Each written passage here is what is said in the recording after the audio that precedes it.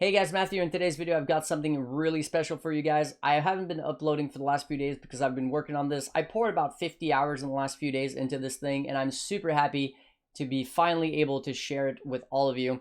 So if you're around, about a year ago, I made this thing called the Casual Exile series, and then it also came with a Google document with the text version of the videos. But, as the leagues went on and as things changed, a lot of the information was just outdated or no longer completely optimal, or in some cases just outright wrong. With everything changing once again in Siege of the Atlas, I decided to remake the entire thing, pretty much. This is exactly what I've done, and it's finally ready for everyone. So in the description of this video, as well as the comment section, you'll find the link to this document. But before I get into anything else, there's a few things that I want to say. First off, I would highly recommend you get yourself Darkreader in order to read this, because I made it white on black this time around for people who have Darkreader, so they don't have to disable theirs. And overall, just because I think that it's more standard. But you'll definitely want to get yourself Darkreader, otherwise you will flashbang yourself. Now, this is one for Google Chrome, but I'm sure if you're on any other platform, you can. There's probably some Darkreader available. I think Microsoft might even have a Darkreader as part of their extensions for viewing Google documents. Now, another thing is I would highly recommend you make a copy of your own for this document, because there's probably going to be a lot of traffic, and that is going to make it very likely to crash. So if you're capable of opening it, go ahead and make yourself a copy. You won't have to worry about it anymore. Now, the final thing before we get into what's actually going to be in this document is the opening the links. So if you want to actually open links, you'll have to click on the beginning of the first cell of whatever the thing is written. So for example, if you click on this link here, it's not going to do anything. You'd have to click on the actual beginning of the cell. Now, this is my mistake. I could go through and to go ahead and merge all of the cells together so it would be easier. But I really just don't want to do it right now. I might do it in the future. All right, now that we've talked about this, let's get right into the actual document and what you will find here. So the first thing you'll find is a list of all the third-party tools, which you should probably use or at least get accustomed with when it comes to playing PoE. Now, we know that there's a lot, but the reality is PoE is a game which requires a lot of third-party tools because the game doesn't really tell you anything by itself. You got to go outside of the game in order to get the information required to play. Now, not every single one of these is going to be super intrusive. Things like, for example, Filter Blade is a once a league sort of thing. Things like the Chaos Recipe is only for your league start, right? So you're not actively going to have all of these tools, installed or be using them, but you definitely do want to get used to them and know that they exist. All right, next, as always, we have the leveling tips as well as the guide for every single act, how to basically run the act step by step. So this is just going to make leveling that much easier for you guys and that much more efficient, and it will skip the quests, which you don't have to worry about. So hopefully this, makes your leveling experience smoother and just overall faster. There is a maps prep tab. This is basically the things you want to worry about when you first get to maps or in order to get ready for maps whenever you're about to kill Kitava. A lot of it has stayed the same than it used to be, except the fact that we're going to put a lot more emphasis on defensive flasks now, since defensives are going to actually be quite good on flasks. Atlas progression, not much has changed, except the fact that, of course, the leapfrog mechanic is no longer the same, but in terms of how we go about progressing our Atlas and what we are going to put in terms of investment on our maps has stayed the same. Pricing, selling, and tracking gains. Now, this is all about making currency. So, pricing your items, selling your items, and of course, tracking how much currency you're making via your farming strategy. This is something that was available in the previous version of this document. The corruptions tab is also something that was available. Essentially, I'm basically trying to showcase that you can make a lot of currency through valuing extremely cheap items if you're lucky and get a good corruption. So you could take a 1 chaos item and turn it into a 1 exalt item, and sometimes even more than that. So it's something that you do need to pay attention and be aware of, but it's a little bit more advanced and not something that's mandatory. However, definitely something that will benefit you if you do, go out and remember it when you're playing the game. Upgraded items is all about vendor recipes, if you will, and making a little bit of currency off of people who are being lazy, and of course also a little bit of extra currency through your own drops. So for example, if you were to drop a soul taker, instead of just selling it as a soul taker, you can do the Kingsmaker recipe and make a little extra currency there, stuff like that. low investment flipping, which is the chapter based on bulk flipping, and of course, perfect uniques. These are things that were there in the previous version of this document, and this is also the last page or chapter, which is in regards to not playing the game and making currency. Everything else is all about actually killing monsters. So we have Hideout is Lava, which is basically all about efficiency, how to maximize your efficiency in maps, to make that much more currency, how to track how long you're taking to actually run your maps, pre-rolling your maps. Now this is not as important anymore since scarabs do stack, but definitely rolling your maps in bulk is still very, very efficient. But yeah, this is kind of the stuff that you're going to find here. Now we have an updated version of the Endless Heists guide. Now my previous one had a few things which I think I got wrong, and of course some changes. This league also made a few things just changed a little bit, like for example the priority on the contracts that we're going to be running, the level that you want to be at whenever you start doing this, and stuff like that. But the updated guide is completely A1, and this is a very, very strong strategy if you're starting the league late, or especially in the league start scenario. This is a very, very good way to get your initial few exalts if your build has some required mandatory uniques and stuff like that, as long as you don't mind the heisting game loop itself. Next, one page which is completely new, and actually pretty much everything from here is going to be mostly just completely new, is early map progression. So if I had to redo my league start, this is exactly what I would do. Because I definitely messed up. There was a lot of things that we just didn't know, right, on the Atlas tree and in progression and whatnot, like the importance of Kirak master missions, for example. A lot of this we just didn't know because we hadn't accessed and played with it. But this is exactly the progression that I would go through if I was to redo my Atlas, and also picking up some stuff along the way, which is going to net us a little bit of currency. But yeah. So if you're starting the league late, or if you're just not sure how to progress because you're a bit more of a casual, then this should be very helpful. Now the Strongbox strategy, this is all about Alkengo mapping, pretty much very low investment type stuff, where you're getting a lot of value out of just clearing maps. I've got some I made some trees. Now I didn't make trees for every single one of the strategies that I mentioned here, but some I did. Now, the ones that I did make trees is because the trees are basically kind of mandatory. The ones that I didn't, it's because you can kind of do the trees however you like. But this is an Alkengo strategy, so I made some baseline trees and then some other ones based on the mechanics that you personally rather. So hopefully this is useful if you aren't quite certain how to go about making a good tree. I remade the entirety of the Betrayal guide to be more accurate to what it really is and how it works, and of course the new Atlas passives and whatnot.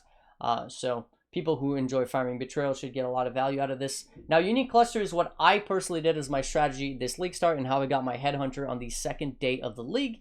So again, this is exactly what I did. I redid the math on some of the stuff as the nodes were nerfed. But yeah, so if you want to copy what I did, in the future, then this is exactly what I did. All right, next I made a guide for Blight. Sorry about that. I made a guide for Blight. So this is for farming Blighted maps themselves. Now this has become just about as easy as it used to be, but I added some extra details like the fact that you want to be running, narrow maps and stuff like that. Essentially just go through it. And I've also made some trees, which pair really well with other sort of mechanics that require you to just run maps quickly. Expedition. Now, this is something that was not in the previous version of this document, and this is because I had never done it personally, but this time around, I went ahead and basically got some knowledge from community members and did some research, and I was able to make a very, very solid guide on essentially how to maximize this mechanic, and I'm really, really happy with how it turned out. Now, for those who don't know, this is how my buddy Crouching Tuna farmed his headhunter within a few days of the league start, so a very, very solid method of making currency. Next, Breachstone Farming. Now, this is also completely brand new due to the fact that this new sextant here, breaches belong to Chayula or breaches belong to Ulnathal, basically allows you to force every single breachstone or every single breach in your map to these breach lords, which is incredibly powerful. You can end up with multiple breachstones of either Chayula or Ulnathal per map. So I wrote a guide on exactly how to go about maximizing this strategy, and even, for example, the Grasping Mail recipe and what to look out for on those. So very, very solid strategy, pretty in-game stuff. Now I wrote a guide on Blighted maps themselves. Now this is something that we had, but we definitely made some upgrades to the guide. utilizing Tripolar Bear's Blight Ravaged map strategy. I linked the video there, but I explained it as well as what you're going to be doing. And we also made a bit of a, or Frobel, at least community member Frobel made a bit of a visual, if you will, on how to place your towers to get maximum efficiency. So this is exactly what it should look like. So hopefully this is helpful to you guys, as well as some disclaimers on things to avoid, especially in Blight Ravage maps, which can make the maps completely impossible and whatnot. So yeah, again, hopefully this makes your Blight Ravage maps very, very easy. It definitely should. Then the Heist guide. Now, there's not a whole lot to say about Heist on the map device, so it's a very short guide. But Heist can definitely, you know, add up to some currency over time. So if you're pathing close to the nodes, they're absolutely worthwhile. Now, essences, kind of the same situation. There's not much you can do in terms of juicing them up, but still wrote a bit of a guide on essences. Another mechanic that you can just kind of pick up if you're going close to it. You're going to make that, you know, little extra currency here and there, and it'll all add up in the end. Now, Legion Emblem farming, this is also a completely brand new thing because of the sextant here. Splinters and emblems dropped by Legion monsters in areas are duplicated, and this of course will pair up with things like emblematic, which will give you 1% of emblems, or sorry, of splinters dropped as emblems, which is even stronger than it used to be. So yeah, emblem farming is really, really strong. Very end game strategy as well, so a guide on that. Now, Metamorph, another one of these sort of out can go strategies. You're not investing a whole lot, but you're actually getting quite a bit of value from the nodes on the map, as well as the scarabs being extremely cheap. So that's where Metamorph, the Metamorph guide, I think is really, really good as well. The Harvest, now Harvest, basically I remade the guide. A lot of it is going to be the same, but of course the nodes have changed and the important ones have changed. But you'll still find all of the ways, all of the things in regards to, you know, maximizing your harvest, and of course all of the bases as well, the links to the reforges for all of them. Now, this is not completely 100% up to date. I know that every single thing in here is fine, but there's probably some missing, as I haven't gone through and found out all of the new ones, which have definitely appeared ever since I made the guide. I've added a few new ones, but a lot of it is going to be the same old, same old. However, the same old has been working for a very long time. But things like Flask, for example, I need to add and whatnot, as those are actually quite profitable now using harvest reforges. All right, beast farming. Now, beast farming is another one of these strategies, sort of like Heist or Essences, where you're just going to, you know, throw it on your map, maybe use a little bit of a scarab, and just kind of forget about it. It's not going to net you a ton of currency, but it will add up over time. So this is also brand new. Delirium mirror farming. Whoa. Delirium mirror farming is also brand new in the Casual Exile guide, and essentially this is about farming simulacrums. Now you'll see people on stream right now who are farming pretty much entire simulacrums in single maps. It's pretty much crazy. It'll probably definitely get nerfed, but for the time being, this is the exact guide on how to do this. And basically the idea is that Descent into Madness is absolutely broken. This 50% faster is essentially saying 50% more splinters in your map. Which is just crazy, because a map which used to drop 200 splinters is now dropping a full simulacrum and then some. So yeah, absolutely nuts how strong Descent into Madness is. So a guide on that, but this is super endgame stuff. But if your build can pull it off, or if you're just abusing the goal, this is something that you can have access to. Now, another page which is completely new is the juicing page. Now, this is not a method of making currency in itself, but essentially this is all the ways to juice the crap out of your maps that are currently available in the game, as well as, of course, as always, the links required in order to be able to purchase the items that you'll need in order to do that, as well as the Atlas passives and whatnot. So this should be really good if, for example, you're doing Delhi mirror farming and you're wondering, how do I juice the crap out of my maps? Well, you go in here, you check out the nodes, you check out the mechanics that you enjoy farming, you throw them all into your map, and off you go. Another one that is completely brand new is the lab farming page. Now, this was taken mostly the information that I took from my previous lab running guide, where I did the 0 to hero, which wasn't much of a guide. But the information comes from there, so you'll have all of the list of all the bases that you'll want to be buying in order to run lab, and of course all of the tools that you'll need as well. Now you'll see that some of these are probably no longer going to exist, like for example, I think that Blizzard Crowns 85 might no longer exist, so you might not be able to buy that. So just basically do 82. I guess I'll just go ahead and remove those. And then finally, another one that is also completely brand new is invitation farming. Now, a lot of people are playing bossing characters and asking me, what do I farm? You know, you baited me into playing Seismic Trap. Now, the build is great, but I don't know how to make money, and everyone's doing this all can go. I don't know what to do. So invitation farming is a very, very solid and very consistent way of making profit, as there's always going to be demand for Maven's Writs, both for people who are completing it just for their to unlock their Void Stones, but also for people who are farming Awakened Gems, as it's the #1 way of getting Awakened Gems. So what you'll see is basically all of the current invitations, as well as the link to all of the portions of the invitations in order to be able to do it. So again, this is another part of that is brand new that I took from, again, my previous challenge for boss killing, 0 to Headhunter, which took me a couple days of farming, and this is exactly the strategy that I used when Headhunters were, you know, way more expensive and Exiles were way more expensive than they currently are, which means that essentially this is even better than it used to be. And of course, all of the Atlas passives and what they do and why you want them and why you don't want them and stuff like that. So pretty much, I'm pretty confident when I say this. This is 100% every single way of making currency in this game currently in regards to farming monsters. Now, I didn't go in depth into things like flipping or into things like, you know, hideout warrioring, except just a few tips initially. The reason for that is because those are the sort of things which can drastically, you know, affect the market if too many people go in and do that, which is why it's only available via my other, you know, thing, which I call my database.